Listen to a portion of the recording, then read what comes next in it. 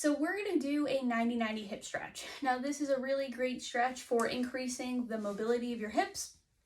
You can do this if you have stiffness in your hips, if you're feeling some tightness into the pelvic floor as well. This can be a really great stretch. So the front leg is positioned in external rotation.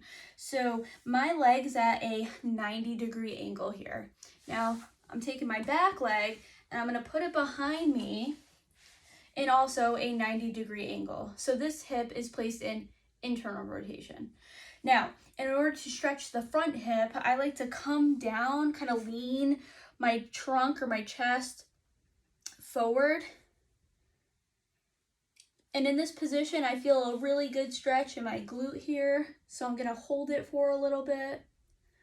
I typically like to stretch out each leg about a minute and then a minute. So I'm gonna come off of that area. I'm gonna shift my hands over. I'm gonna lean down and I feel that tightness in a different area in my glute. I'm gonna hold it here. You can even drop down to your elbows for more intense stretch.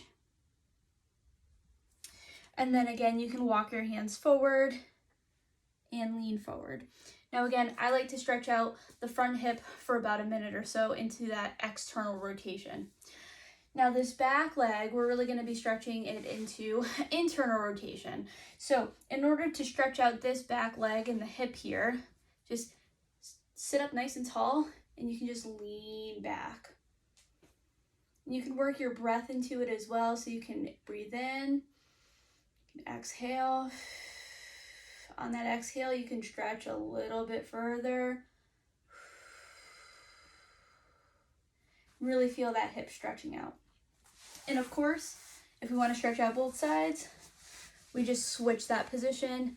Front leg turns into that external rotation stretch. Back leg turns into that internal rotation stretch. You might find that one leg is a little bit tighter than the other in those different positions.